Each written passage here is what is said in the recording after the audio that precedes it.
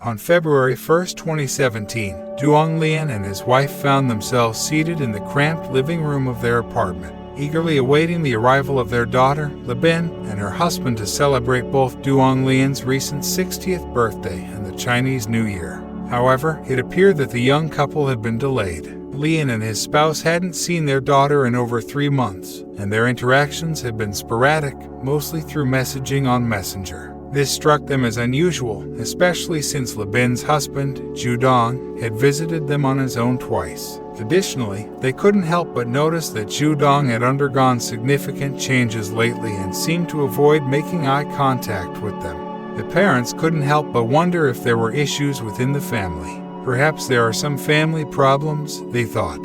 Let's not interfere. The younger generation will work things out themselves, they reasoned. As evening approached, their concerns grew. Eventually, Dong decided to call his daughter, but the call went unanswered. Zhou Dong, too, failed to respond to their calls. In their growing anxiety, Lian decided to call Zhou Dong's mother. After a few rings, Zhou Dong's mother answered the call with a trembling voice, informing them that Dong was at the police station and facing significant trouble. She sobbed and implored them to come to the police station on Guangcheng Street in Shanghai. With a sense of confusion and urgency, the elderly parents rushed out of their home to head to the police station. Upon their arrival, the police officers escorted them to a room and inquired about the last time they had seen their daughter. The Lians recounted everything they could remember, only to receive the devastating news. Libin had been deceased for 3 months, and her husband, Zhou Dong, was responsible for her tragic death.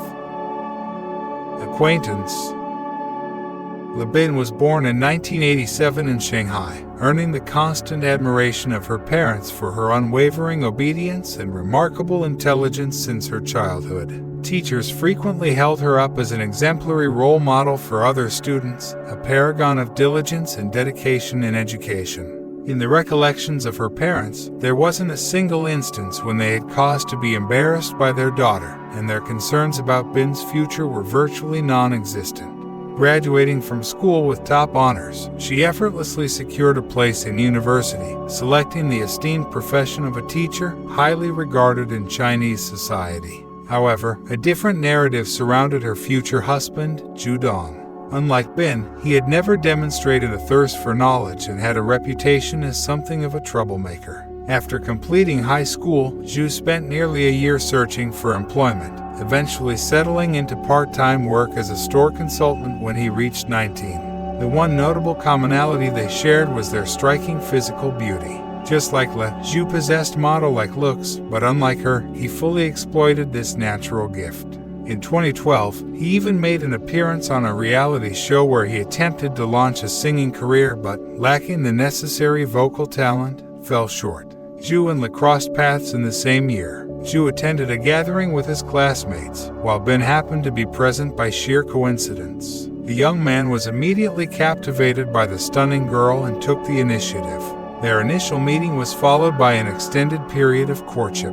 As a respectable young woman, Le resisted Zhou's advances for about half a year before finally yielding, and in October 2013, they embarked on a romantic relationship.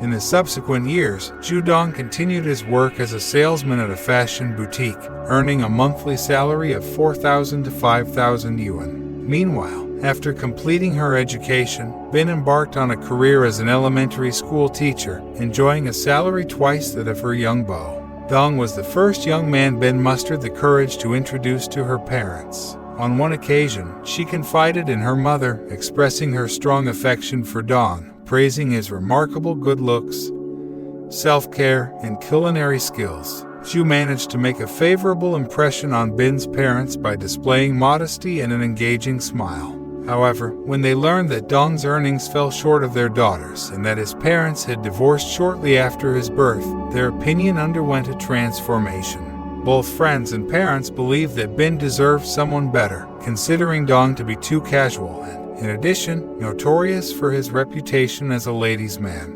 Nevertheless, this did not deter the young woman, as love held sway, and she remained steadfast in her desire to marry him. Wedding.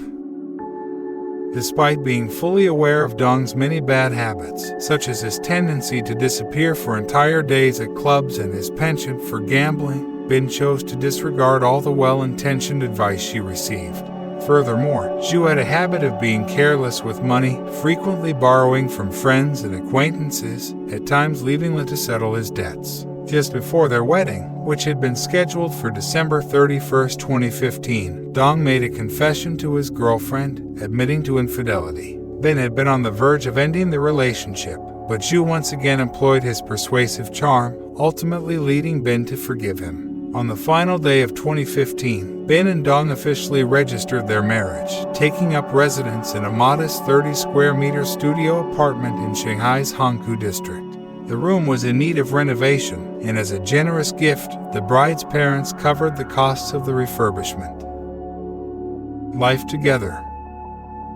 As the newlyweds settled into their life together, Zhou Dong increasingly dipped into his wife's earnings, splurging on expensive brand-name clothing, while Bin found herself scrimping on various essentials, being solely responsible for grocery shopping and bill payments. In less than a year, Bin's perception began to shift, and she began to realize who Dong truly was. She attempted to reason with her husband, but her efforts were in vain. The couple's arguments escalated, and they went through weeks without speaking to each other. Then, on August 25, 2016, following another one of Dong's troubling incidents, Bin's frustration reached a breaking point, and she mentioned the idea of divorce. Zhou's handsome countenance contorted with anger, and he sternly threatened suicide if such a situation arose. Startled by his threat, Li was taken aback, and the heated quarrel came to an abrupt halt. Preparation. Bin's words seemed to strike a chord with Dong. Unaccustomed to the idea of someone leaving him and being unwilling to change himself, he hatched a dark plan, not to end his own life but to take his wife's. On the very evening of that same day, Dong visited the bank and secretly secured a 44,000 yuan loan, keeping this decision to himself. 3 days later, he discreetly purchased 2 forensic books on the internet, one of which delved into the intricacies of murder cases and the methods by which criminals were apprehended. In the ensuing days, he pored over these books meticulously, and on September 14th, he set his plan into motion. That night, Dong prepared an exquisite dinner and disclosed to Bin that he had received a lucrative job offer in Hong Kong, promising a monthly salary of 20,000 yuan, a sum greater than their combined earnings. With enthusiasm, Zhou proposed that his wife quit her teaching job and accompany him to Hong Kong. Overjoyed, Bin readily agreed. The following morning, they visited the school where Li was employed, and she submitted her resignation. As one might expect, there was no actual job offer for Dong. It had all been a ruse, although no one was aware of this at the time. Bin worked for 5 more days, and on September 20th, she bid farewell to her colleagues, who would never see her alive again. Li was in high spirits about the upcoming move to Hong Kong and was preparing to pack her belongings. Therefore, she was somewhat taken aback when, on September 22nd, a delivery courier arrived at their apartment door, announcing the arrival of a sizable 202-liter freezer. Dong casually explained that he had purchased it as part of a promotion and that it would come in handy. Murder. Did she manage to discern the true purpose behind the freezer's purchase? It seems unlikely, for as she observed Dong installing it on the balcony, she made a phone call to her friend, enthusiastically sharing her plans for their new life in the city. A short while later, Dong informed his wife of a slight delay in their relocation. One can only imagine the turmoil within his soul, akin to Raskolnikov standing on the doorstep of the old woman's house. Only 3 weeks later, on October 16th, he steeled himself to commit the horrendous act, immediately following a leisure trip to Hangzhou. On the night of October 17th, Dong took Bin's life while she slept, wrapping her lifeless body in a blanket and placing it inside the freezer. At 10:25 on the same day, the man unlocked Bin's cell phone and transferred her entire savings, approximately 45,000 yuan, into his account to cover the loan he had taken out in September. Later in the evening, Dong ordered a motion sensor video camera from an online store and strategically installed it on the balcony, directing it toward the concealed freezer containing Bin's body. The perpetrator configured the camera so that any approaching movement would trigger an alert on his phone, granting him remote access to the camera and its speaker. After the murder.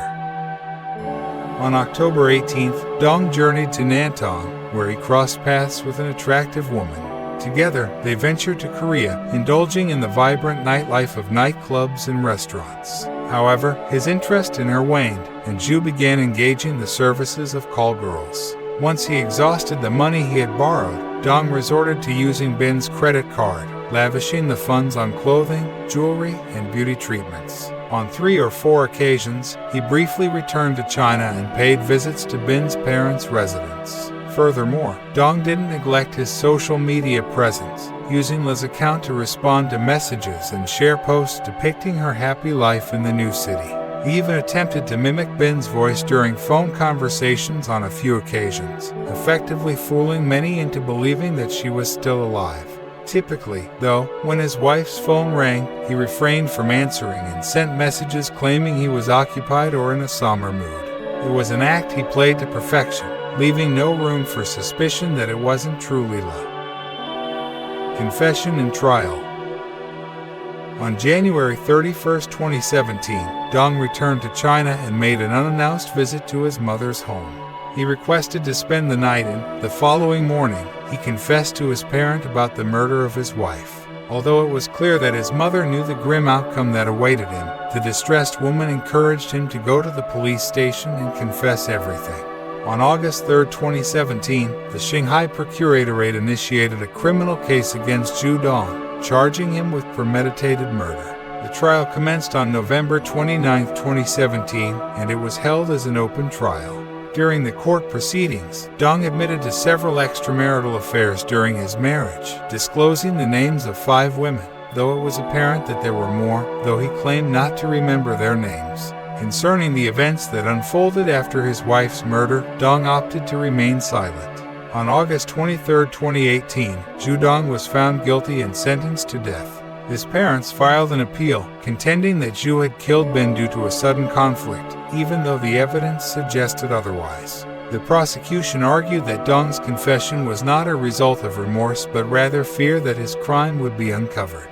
Furthermore, it was evident to all that he had meticulously planned his wife's murder, as indicated by the forensic books, the freezer, and the surveillance camera. The judge's verdict also emphasized Zhou's deceitful actions in forcing his wife to quit her job and impersonating her for 105 days. Perhaps had Dong not exploited the victim's money for overseas travel and revelry with other women without any remorse, he might have had a chance at a life sentence. However, the court ruled that Zhou did not warrant leniency and rejected the appeal. The death sentence was executed on June 4, 2020.